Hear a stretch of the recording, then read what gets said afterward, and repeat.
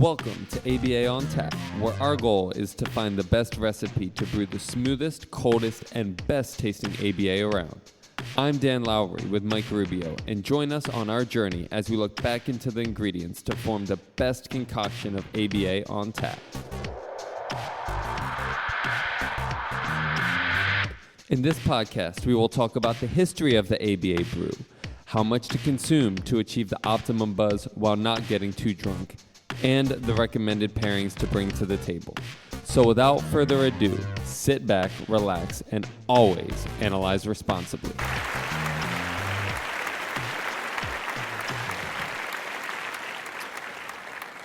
All right. And welcome to part 2 of episode 7, dealing with criticisms of ABA. We're very excited to have this growth and learning opportunity. We spent the first part of this episode outlining criticisms as relayed by a very impressive young woman, Chloe Everett, on her TED Talk that you can easily find on YouTube. Again, just look at the description of this current podcast, and you will find a link to her podcast or to her TED Talk. And we think it's important to understand what she's saying, so we understand her criticism, and then carry out the purpose of today's second part, which is to address those criticisms and hopefully arrive at some innovations to make those criticisms null and void in the recent or the near future here of ABA. I jumped right in and failed to fully introduce myself. You guys know me. I'm Mike Rubio with my gracious co-host, Dan Lowry. Mr. Dan, let me let you have the floor for a few minutes here. How you doing, sir? What's going on, brother? I'm doing good, trying to stay cool, and the San Diego heat wave's no joke. It is hot. I got into my car today that was sitting in my driveway, so I think this was an overestimate, but the temperature gauge read 109 degrees. So I think it's relatively accurate, although, again, it may have been a few degrees hot just kind of sitting still in the sun. We are recording the second part post-presidential debate, so we're going to promise to try and not talk over each other and follow some sort of rule, some sort of order to make sure that the points come across cleanly. What a fantastic mess that was last night. That's all I'll say. Mr. Lowry, do you care to comment? No, I think we can work on their conversation program, because at least 2 of the targets staying on topic and don't interrupt seem like they are. All right, so you were talking about behavioral, the behavior of, I guess, engaging in polite conversation and the exemplars of not interrupting, and I think Zoom's giving us a little trouble, but we'll deal with it. It's okay. All right, so jumping right in here to the criticisms that were and there were plenty, and again, as I said at the beginning of our the part 1, there are plenty of criticisms to be had and to be heard online or anywhere about ABA, and we kind of pin that against our empirical validity, right? That's what we bring to the table is, hey, our stuff works. And then you very eloquently said in our first part, well, just because it works doesn't mean that people are going to take to it, or they're going to like it, or they're going to do it, most importantly. And it doesn't matter how well we work, if we can't get people to exercise or to exercise our procedures, if you will, then it doesn't matter, right? So I've kind of outlined and I mentioned these in our first part, sort of these 3 general areas of criticism that Chloe outlines. And again, there's a lot of validity into what she says. So we want to take it seriously, dissect it, and then come up with some new ideas. Understand where it is people can see ABA this way, and how it is we're going to change those perspectives in the near future. So I'm going to outline these really quickly for us, Dan, in no particular order, and again, with a lot of wiggle room amongst these 3 constructs, for us to discuss anything in ABA that you find, could be optimized or could be improved now, given our brief but now pretty illustrious history. So, first criticism in general is that ABA is not taking into account the individual or the person. Secondly, the science is faulty. I'll take great issue with that one when we get there. Talking about especially the application of this philosophy of the science, this thing we call ABA intervention, in her case, seemed to be something very traumatic, or maybe relatively traumatic, and something very standard and rote and not very exciting per her description. And then thirdly, at the heart of ABA is this premise or this move to counter neurodivergence by promoting things like masking. And then she goes on to talk about an abuse potential within that and not taking into account the individual person and also countering the idea of differences or neurodivergence. So I hope I've covered enough ground there, Mr. Dan. I don't know if you want to add anything to that list or if that seems like a pretty fair synopsis. Oh, hold on here. Give me 1 second. We got some technical difficulties. No, Mike, I think you summed it up there really nicely. Let's go ahead and get into the criticisms one by one and talk about them. All right, and thanks again to our listeners for bearing with the technical difficulties in this age of Zoom. It works about 98% of the time, and we're very happy about that. So That mastery criterion. Hey, that's pretty darn good, right? That's excellent, actually. So starting with the first criticism, ABA not taking into account the person. Where we come in touting this idea of social significance, we also come in with, for pragmatic reasons, very clear templates, very well-replicated target exemplars. In other words, we all know what certain ABA programs are going to look like, what they're going to smell like, what the flavor of the day is. And in that, there's some fairness in saying that they're not taking into account the individual person. That is to say, we come in with a standard set of procedures, and in that, we're not individualizing. So there's a lot of ground to be covered there. What are your initial impressions of the idea that ABA doesn't work into taking into account the individual when one of our basic tenets is social significance? One. Excuse the dog. Sorry about that. I think they wanted to chime in, and they were telling me that it's a functional behavioral assessment that's the key to individualization and not necessarily just doing everything based on templates and assessments and things like that, but taking into consideration the kid and also what the parents want. I think is step one of taking into consideration that, and also something that I'm trying to work on, and you're really good at, Mike, is figuring out what neurotypical kids do at certain age levels of development. Something that I'm working on and figuring out at what age kids should be following 3-step instructions and 4-step instructions and things like that, I think are very important. So we don't just get into this kind of rote, I'm going to start with an assessment and they show deficits in this area. For this area, we do these goals, and when these goals are met, we do those goals, and when those goals are met, we do those goals. To try to make it more individualized, developmentally appropriate. I think that's where it kind of starts from for me, taking into consideration that individual, that, and like I mentioned last week, the response generality, those two things. How about you, Mike? Yeah, those are really good points you're making, and I think we talked a little bit about this in part one, and it all starts with this idea of some sort of assessment, right? So even as a developmentalist at heart, one of the things that is challenging for me is sometimes discussing with somebody milestones, and they'll say, "Oh yes, I found this great checklist online, and you just check off the milestones." Yes and no. It's not like a car where it's like, "Hey, we're doing a 12-point inspection and check." It's a child or a human being is a lot more like, well, on these days, on this day the spark plugs were firing fine, but it seemed like the fuel filter was a little bit clogged. Meaning that if the car's running, we're good. And if the car's running decently well, it's good. Now, if it's sputtering and it's having tantrum behavior, then we're looking at something different. But oftentimes, we come in with this notion that we're going to have that engine firing at top spec every time, and that we're going to do it by doing this checklist in order, and it's going to happen with NVI first, and then we're going to do this first, and then this next, and the kid's going to sit the whole time. And that's where I think we completely don't take into account the individual person.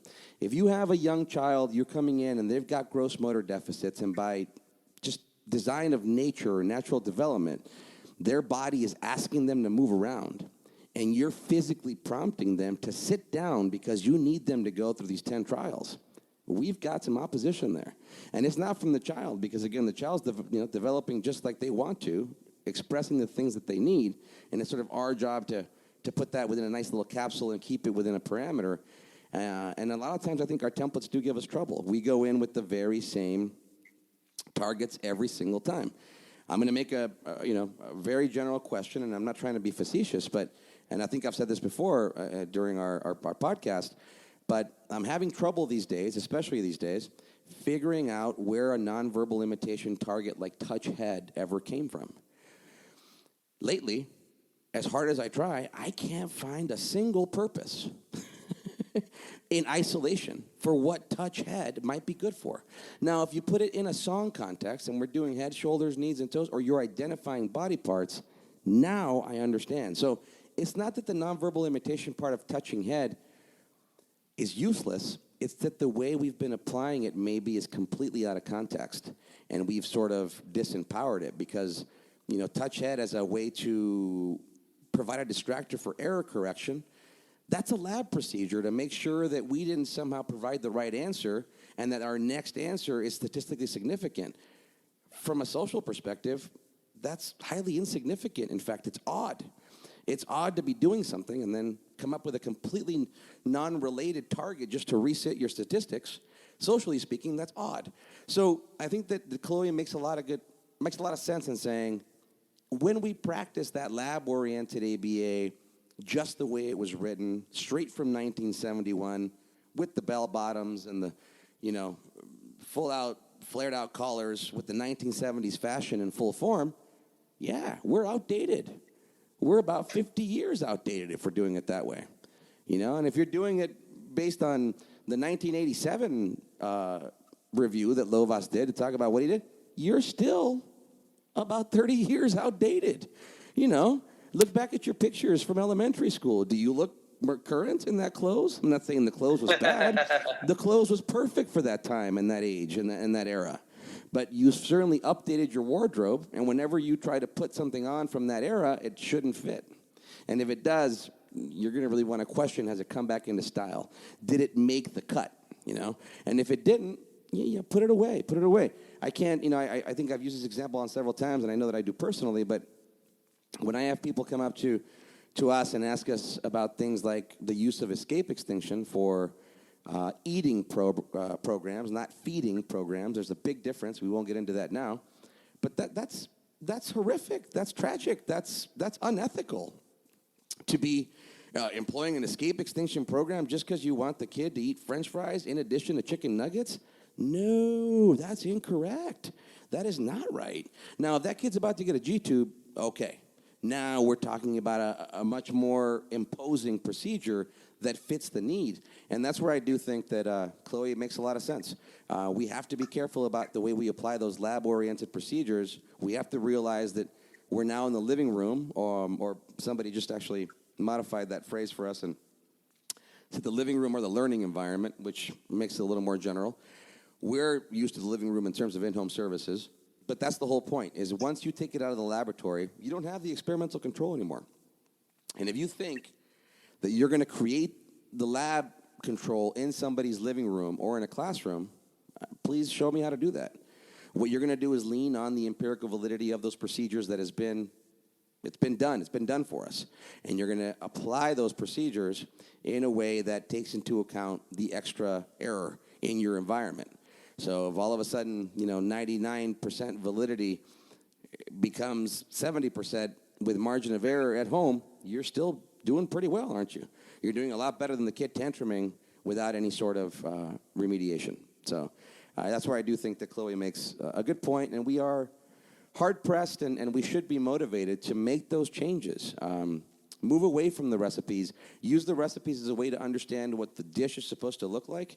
And then, flare it up, man. Change the ingredients, add some garnish. Make sure that it fits the kitchen you're serving it in, that it fits the table you're about to sit at, because otherwise people aren't going to eat it. And if they don't eat it, then they can't benefit from your food. So I do think that there's a lot to be said there in terms of how we serve things up and the ingredients that we sort of sometimes force ourselves to use almost in limitation. Good point. I really like that food analogy and the garnish analogy. I think a couple things you said to just elaborate on. One of them is you were talking about the escape extinction with food. I think just relating that to even something more prominent in our field is just escape extinction in general and blocking. So it's one thing to block a kid that's running out into the street. It's another thing to, you say, do homework, and the kid goes to turn around, and all of a sudden we're blocking that kid from leaving their chair, or they don't want to sing a circle time song, and then we're blocking that. Again, we're talking about contextualization and things like that. there's two totally different things, and I've seen one too many kids being blocked trying to run away in situations that were not dangerous. So I think that's kind of a blanket implementation of escape, which scientifically isn't wrong, but humanistically and ethically starts to get into a real gray area. Of if I was like, hey Mike, you got to stay at work till 6 today, and you're like, no, I want to leave, and I blocked you. Wait, what? Like that's not. Nobody would do that to an adult. So we would think about other ways to communicate that message. So that's the first thing that kind of came about as we talk about humanizing ABA a little more and trying to get away from the Lovas method. Sorry, let me not say that. I'm not trying to get away from 1980s Lovas, 1970s Lovas. To promote science, to evolve the science, to push it forward. At its base, Lovas didn't do anything wrong, but again, the bell bottoms and the flared out collars, they might be out of style right now. It's time to modernize that. Anyway, continue. Yep. And then the second thing that will kind of get us into the second one of promoting and talking about the scientific aspect of ABA is you kind of related it to the car. You take the car to the car mechanic and they do their 12-point inspection and kind of give that the rundown. But like Skinner said, and you highlighted, which I think is a really important distinction between ABA, is ABA isn't necessarily the science of behavior, but ABA is the philosophy of the science of behavior, which I think is a really important distinction in that, you get a car that comes in, every water pump is going to be the same. Not every kid is going to be the same. The principles of behavior are the same, but the principles of behavior are just reinforcement and punishment, and that's it. Everything else is a derivative of that. So how that's implemented for every kid is going to look a little bit different. And I think looking at that philosophy versus the science, looking at every kid as a little bit different and a unique, as a one-off, every kid is a one-off water pump, not a manufactured one where everyone looks the same, but everyone's a custom, right? So they might have the same, similar features, but things are going to be a little bit different. So it's important that we take that into consideration and look at it as we're going to have a scientific backing, but there's still a level of philosophy or a level of deviation from a pure scientific backing that's going to be necessary in our field. I like that quite a bit. Going back to the car analogy, too, just in kind of, thinking about it, you might find all sorts of needs that your car has. It doesn't mean that you're going to have the time, the money, to address them all right away. And oftentimes, that's how we prepare our programming. We come in thinking that we're going to have to hit every single one of those points all the time. And we come in with a real fervor to do that, which is a plus. But it becomes a real negative when our fervor actually creates tension. It creates a conditioned motivating operation, if you will, to move away, to escape from that situation. So it's something that we really need to take into account in terms of how we do our data, in terms of what we expect. As case managers, sometimes, coming down our RBTs and looking at our data kind of generally and going, well, you didn't hit this program, this program, this program. Well, there was probably good reason for that. And while right now we may not see it as good reason in terms of the child's behavior, but see it maybe as a deficit on the performance of the RBT for not hitting all those spots, I'm going to have to disagree. Now, yes, I'm sure certain RBTs are slacking, but a lot of times, if you talk to them, they're telling you, man, I just couldn't run that. I'm not sure how to get them to be motivated to do that. Again, we go back to a younger kid who's got gross motor development issues and they're wanting to move around, and now you've got fine motor targets where they're supposed to sit and write. Man, talk about, incompatible behaviors. How are you going to make that happen? So I think that there's a lot to be said about how rotely we're often implementing certain templates, transferring our technology from very early on, because we do carry this empirical validation. And somewhere in there, we run a very high risk of not individualizing, of decontextualizing targets, of using exemplars as targets where, certain behaviors or goals might be around vocal behavior, and then we end up making targets out of individual things like red, the color red. Well, that's an exemplar of the behavior of identifying colors. And I think if we start looking at that in a greater general context, we might be able to individualize things more for more individual kids. Right now, we do have our clients who come at a risk of easily being identified as not being able to. In fact, that's part of our process. So it's really easy for us to say, well, nope, the kid couldn't learn, as opposed to us always saying, we haven't found a way to teach that yet. Absolutely. Right? Just like when people say, well, positive reinforcement doesn't work. Oh, geez, please don't say that. The idea is you haven't found the consequence to fit that circumstance. That's all. That's all, you know? Yep. I wanted to interject when you were on the car analogy, just one thing, but in lieu of the presidential debate, as you alluded to, I figured I would let you finish your full 2 minutes and not just interject and, Thank you, sir. Talk about the price of tea in China. I appreciate that. But what I think is important too with that is thinking about the cost, right? So you take your car to a mechanic, and there might be 15 things wrong with your car, but if he fixes 7 of them, it'll be running and you'll be completely happy with it. And the question to you is it worth the extra X amount of money that you're going to have to pay to get those other things which may or may not be important to you fixed on the car? And obviously, we're not talking about, cars or monetary currency with our families, but there's a lot of currency that our families are investing, both monetary, but more so time, energy, and effort.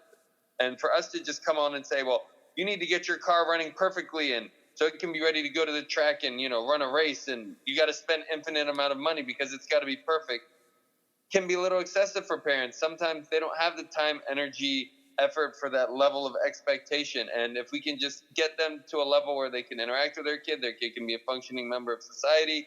Obviously, we're going to shoot for the stars, and we're going to do as much as we can, but sometimes the parents don't have as much emotional currency, physical currency, time, especially over Zoom. I can't tell you how many parents I've had that have reached out and said they thought Zoom was good, but they're just tired after Zoom sessions, and it's just they need a break.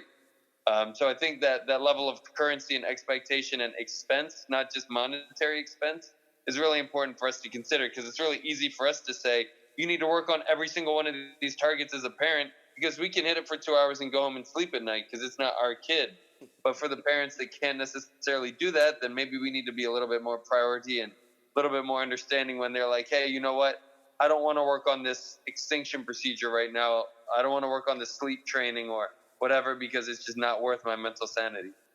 That's an excellent point that I want to jump on there in terms of our diversity with our procedures and our techniques and strategies. And I'm not saying that we're lacking, but sometimes we do fall into this template base. And extinction is a great example where we might come up with a procedure or a strategy for a parent that we know procedurally is valid. It's going to work if they carry it out. But for whatever reason, from a social perspective, they can't do it. They just can't do it. And oftentimes, and I know that I've been guilty of this, hopefully it's been a while since I have, you come to this impasse. And it's like, well, if you want the change, you have to do it. No, So, they're not going to do it. They're not going to do it. So you better change what you're asking them to do, or we're going to be stuck. Anyway.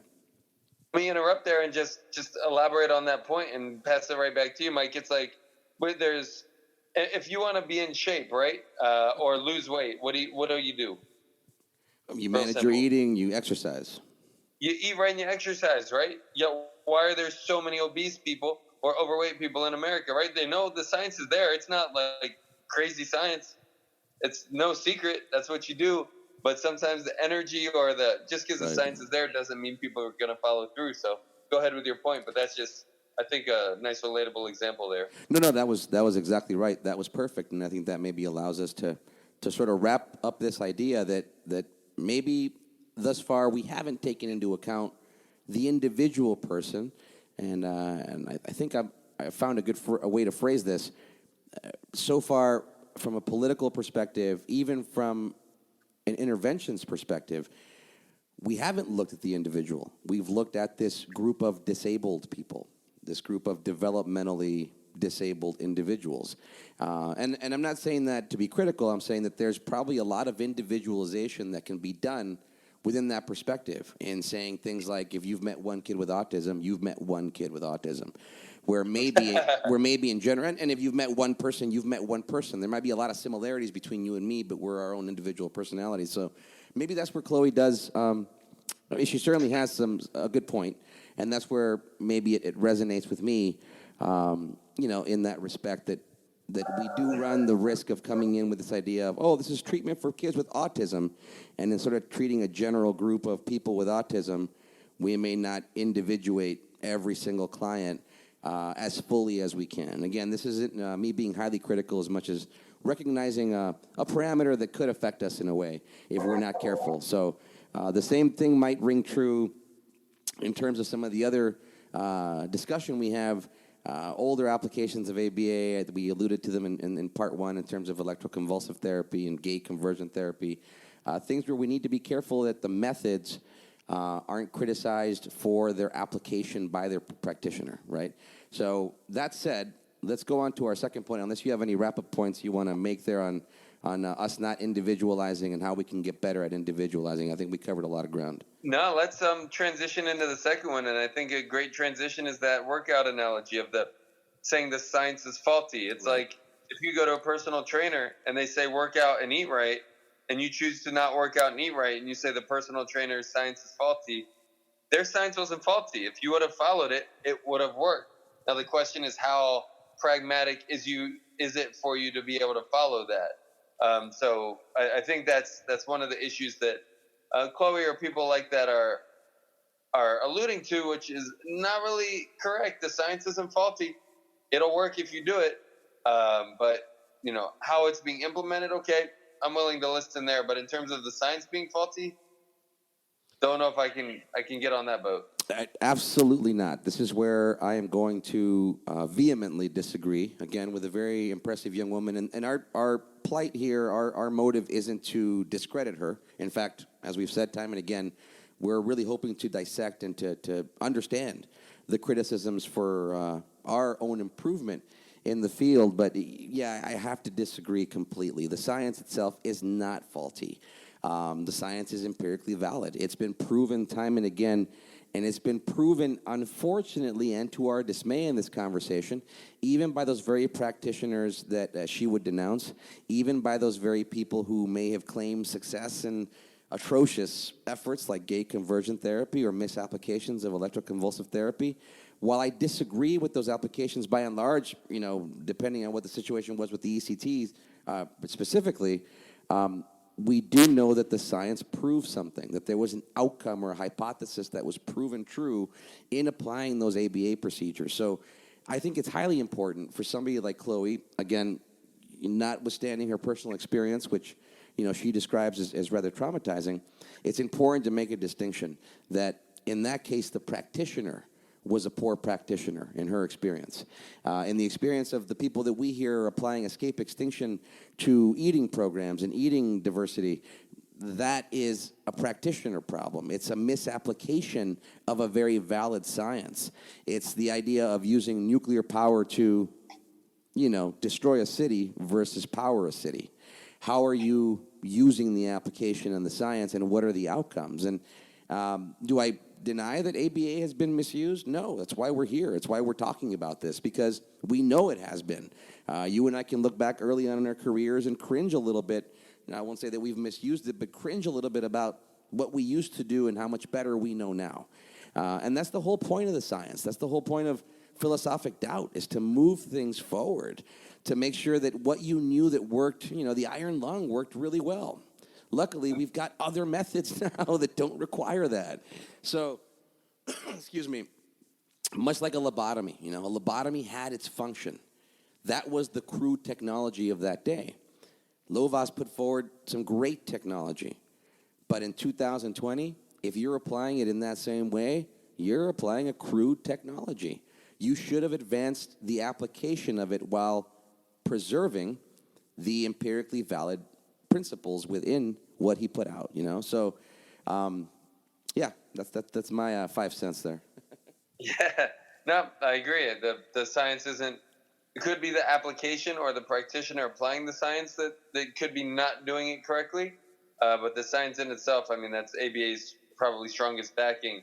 And if you think about it, ABA is an expensive therapy and an indefinite therapy, and insurances wouldn't go our route. There's a lot of cheaper and shorter therapies than ABA if the science was faulty and it didn't have enough generality to substantiate insurance companies investing large amounts of money into ABA therapy. So, yeah, but I won't beat a dead horse. We can move on, but I think that one's pretty clear that the science isn't faulty. Let's talk a little bit about where we've had some misapplications, and I mentioned escape extinction. We can talk about extinction in general, which I know we've alluded to plenty. It's my favorite example of a procedure that we took and by and large apply even to this day, because there is a valid application of it being used as sort of blanket ignoring. Okay? You're going to turn your back on your kid and you're not going to attend to their crying. Just like when you have an infant in the crib, you're trying to get some sleep. It's time to sleep. It's nighttime. And they're crying, crying, and crying. You're sitting there trying to put that under extinction. I think that example, by and large, got extended way too far.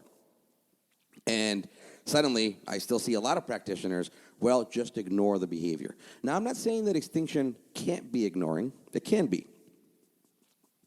I think in ABA, we've kind of reduced it to that. And that's all it is sometimes. So one thing that we can talk about quickly, I know you've got some other methods that you use. I like splitting attention into different levels. Are you going to not speak to them? Are you going to not look at them? Are you going to leave the room? How are you going to ignore and ensure that you don't provide, even inadvertently, any level of reinforcement to that undesired behavior, which we're trying to put under extinction? Now, you could very well, especially with younger kids, okay, Johnny, don't jump off the couch. Johnny, get off the couch. Johnny, get off the couch. You could stop saying that and go just pull them off the couch. You could stop saying that and not let them on the couch by blocking them before. That's a really good use of blocking, especially if Johnny's going to fall. Or you could go the other direction and say, okay, Johnny, you want to jump? The couch isn't okay. Let's go this way. But what we might do is put something like that under extinction, and then there's a whole bunch of other contingencies that can happen and variables that can occur that parents aren't going to work. No, I don't want them being on the couch. No, they're going to get hurt. No, that's just not okay with me. That's okay with Dad, but it's not okay with Mom, and it's not okay with Grandma. That's her new couch.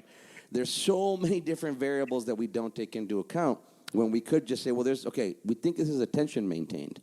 So how are we going to, by and large, completely reduce your attention as much as possible so that when you do provide attention, it's actually for the behaviors that are in replacement or more desired.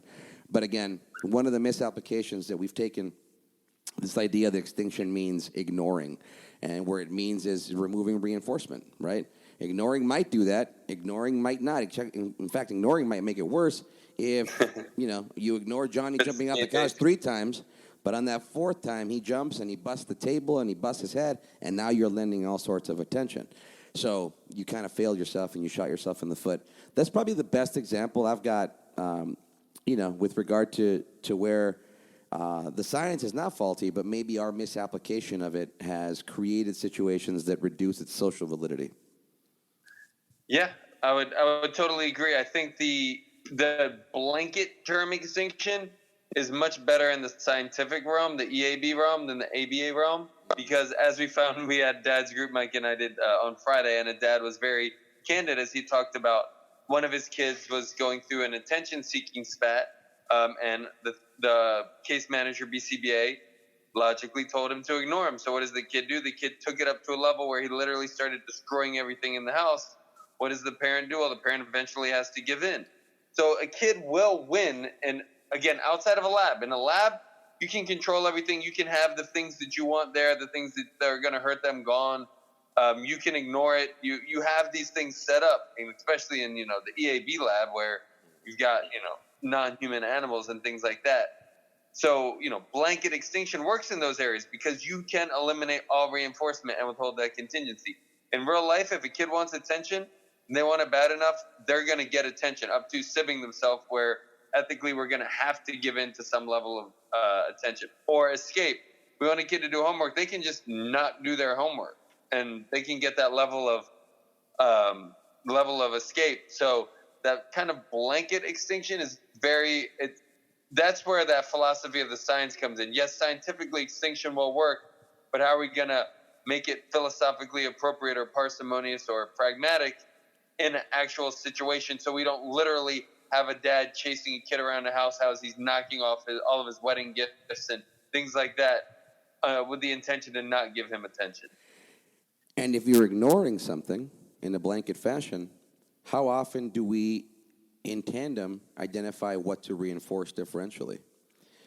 We could get better at that, meaning that we're often saying we're ignoring, the parents ignoring everything by and large. And there might be some differentials in that blanket ignoring that we're missing. And that's actually something that I try to work a lot with practitioners on and saying, when a kid's crying, how about this? You and I have talked about this. So a young kid is crying, you're not saying anything, you're not acting, but you're rubbing their back. Man, old school ABA, what? You're lending attention to that behavior? Actually, I am. I'm trying to make it go away so the kid has a capacity to interact with me, to communicate with me. Because at a high autonomic arousal, they're not going to be able to do that, just like you and I can't. Right now, it's a really fine line. I'm not criticizing the idea that obviously, when something's under extinction, you shouldn't be reinforcing it, right? But so what's under extinction there? Is it this child's distress or is it the child's crying? Well, for the child to stop crying, we have to quell the distress, which means rubbing their head, rubbing their back. We're not trying to not have, how can I say this? We're not trying not to have them cry per se. We're trying to not have them not be in distress. And once they're not in distress, then the crying, the behavior we're worried about, the exemplar of it will mitigate. It will stop. But if we don't stop and think about those two things, we'll be in opposition, in our descriptions and in our procedures, and then suddenly a parent's wondering, wait a minute, so if my child is crying, I can't soothe them at all, I just have to ignore them? Well, that's really different if you say yes to that or say, no, you can soothe, just make sure they don't get the Cheerios if that's what they wanted and that's why they're tantruming. So you can soothe them all you want. In fact, that's the best thing to be doing is going, honey, I'm sorry. I know you want Cheerios. It's not time for them right now. So you can cry all you want. I'm going to soothe you. I'm going to keep you comfortable. I'm going to keep you safe. But you're not getting those damn Cheerios. And not for this behavior. You're getting these Cheerios when you calm down and we have a chance to do some corrective procedures and you do some things that are acceptable or within range before I deliver, even one Cheerio to you. So. Yep. Yeah. Dan, we are, as always, we find ourselves running out of time. And just for the episode. So you've got something else to close up on that point before we go to our third? Sure. I mean, just because we've talked about extinction a lot, I think the really important thing is that appropriate replacement behavior. I do just want to finish up because I think that's so important. Another dad at Dad's Group was talking about the non-vocal kid of his who has a lot of challenges, hits himself in the head a lot and hits his parents when he doesn't want to do things. And we were like, okay, so what do we want to replace that with? And the parents were like, well, we just want him to do it. And the kid has no pecs or signs or vocal communication outside of that. So if you're going to put someone on extinction when they have no form of appropriate replacement behavior, it's kind of like going to another country and you can't communicate and everybody's just ignoring you because you can't communicate. At that point, it's a no-win for either party. So that's a really, really important thing. If anyone is going to look at putting a behavior on extinction, is they have to have a socially appropriate or a more appropriate replacement behavior in the repertoire. Otherwise, extinction isn't going to work. They're going to get to a higher rate behavior. The parents are going to reinforce it. And now ABA didn't work because now the behavior's gotten worse. That's all I wanted. That's a really good point. A lot of times we think of extinction as this sort of solitary procedure, and we're waiting for this undesired behavior to stop for a certain amount of time before we act. What you're saying is, I've got this behavior under extinction, and I'm looking for anything else that gets emitted that I might differentially reinforce as I put this undesired one on full extinction.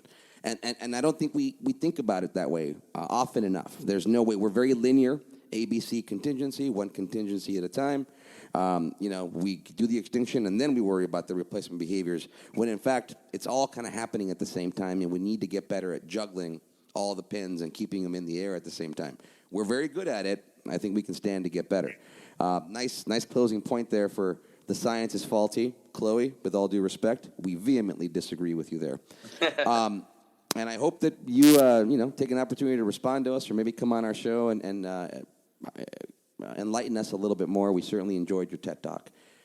Lastly, she makes a statement that at the heart of ABA is an effort to counter neurodivergence. When what I said earlier is, I think we're looking for social significance. What is the difference in those two things? Because in finding social significance, there is a certain level of conformity you're going to have to subscribe to. I can't just say, hey, Dan, I want to get myself some food at the store, and instead of using currency, I'm going to trade my shoes. Great. I shouldn't get punished for that. I shouldn't get, arrested for that, but I'm probably not going to get any food, So where is the difference between the idea of countering neurodivergence and promoting social significance. I know that's a big expanse. What you got for us? Ooh, I wish I knew the answer to that, man. That's I think the difference is whatever can get you to live some level of independence in life. So if you can go to a community that trades shoes for groceries, then maybe that's not a battle we should fight. But if you can't, then so if like you said with hand flapping, right? So if the child can exist in a least restrictive classroom and hand flap and it's not socially stigmatizing to him, then that's neurodivergence. If he's getting picked on by a lot of other kids, or a teacher's not able to attend to the other kids because they're spending too much time on him, he's being disruptive, he has to be in a more restrictive educational environment, then at that point maybe it is excessive neurodivergence if the parents deem that to be a behavior of concern and something that should be addressed. So I think it comes down to if it impedes an individual's ability to live independent. Right. I would say live happily, and I do think happiness is very important. That's just much more difficult to quantify. Let me. We'll be close to wrapping up here with this example, and I think you make a really good point there. Let's say as a teacher you have a kid, and I've actually gone through a similar situation. As a teacher, you have a student with a pretty prominent stereotypy. You're in a calculus class. They're actually one of your better students, and no matter how much you try, when they get a correct answer, they hop out of their seat and they chant and they clap excitedly, okay? That's disruptive. He's actually one of the better students in the class, so he should be excited for solving these derivatives and these integrals. And you catch wind of the fact that some of his peers are making fun of him. So you employ some positive practice and some restorative practice, and you try to make those kids stop making fun of him. But as human nature would have it, they're not just making fun of his actions. They're a little envious at the fact that he kind of whoops their ass in calculus. So they keep making fun of him, right? Now, at that point in time, there's only so much you can do to change the other student's behavior, and only so much you can do to take that individual student and say, if you can't mask this, to use that phrase, I can't do much more to keep you from getting picked on. You're going to have to, I can't control those kids. You, however, can do something to try and control your own behavior. That's a tough question. I know that I just came up with that one. I haven't. Sure. I didn't rehearse this one. But from what we're talking about, what do you do? Yeah, you can't control the students. You can't control them within a least restrictive environment. You can control them, but every time you control them will be a more restrictive environment, therefore less independent. Right.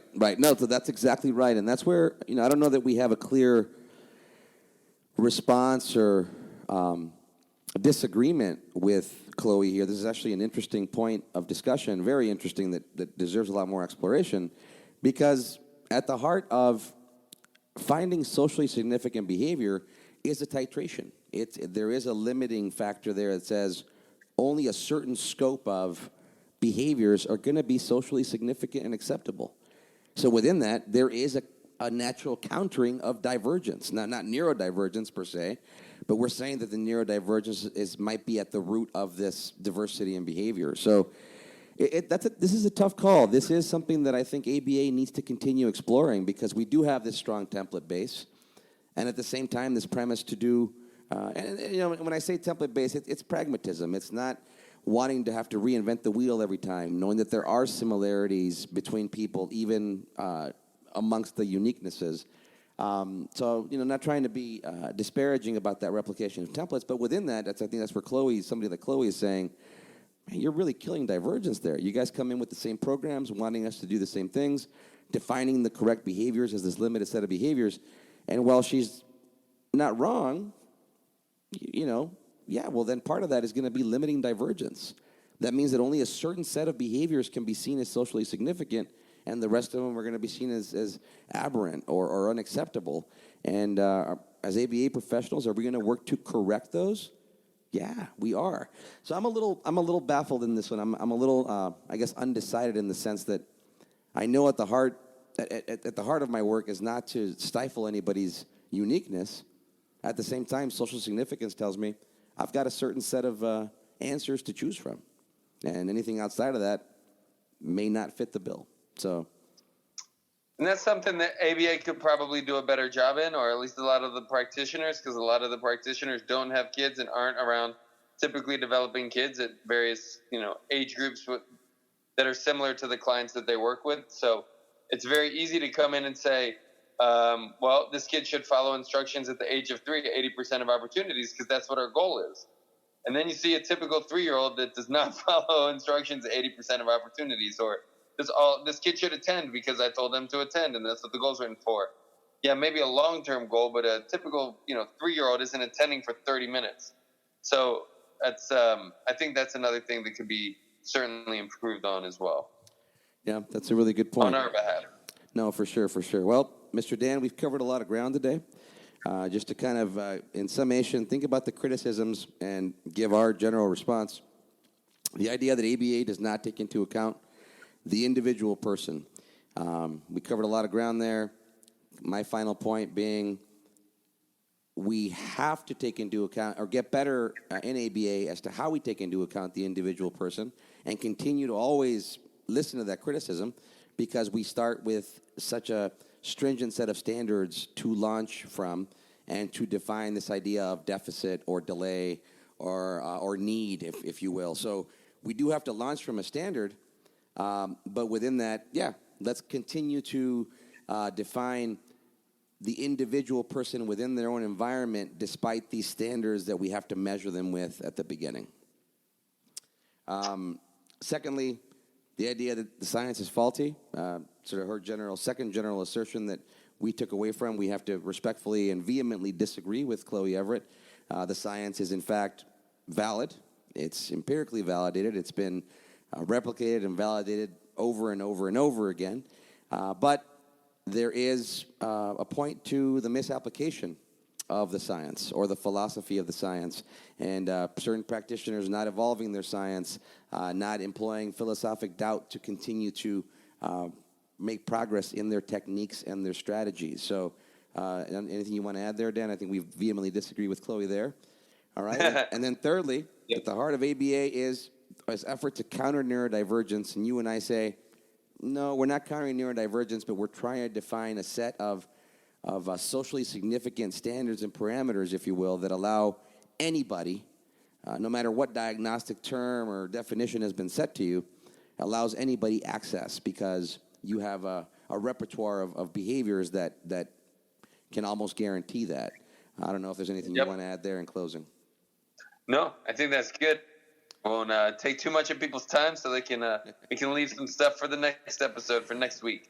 All right. Well, this is not the first. This is the first time, but not the last time that we engage in finding some sort of salient criticism of ABA and taking the time to address it. Again, it's an exercise in self-improvement. We certainly don't claim to be perfect, but we do claim to have empirically valid procedures that we are very fond of.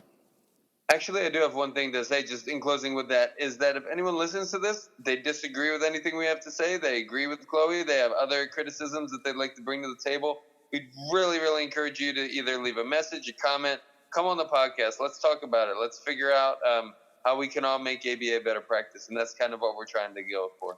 That is exactly the point here. Well said, Mr. Dan. That said, always analyze responsibly. Thank you for listening, and we'll catch you next time. Cheers. Take care, sir. Cheers.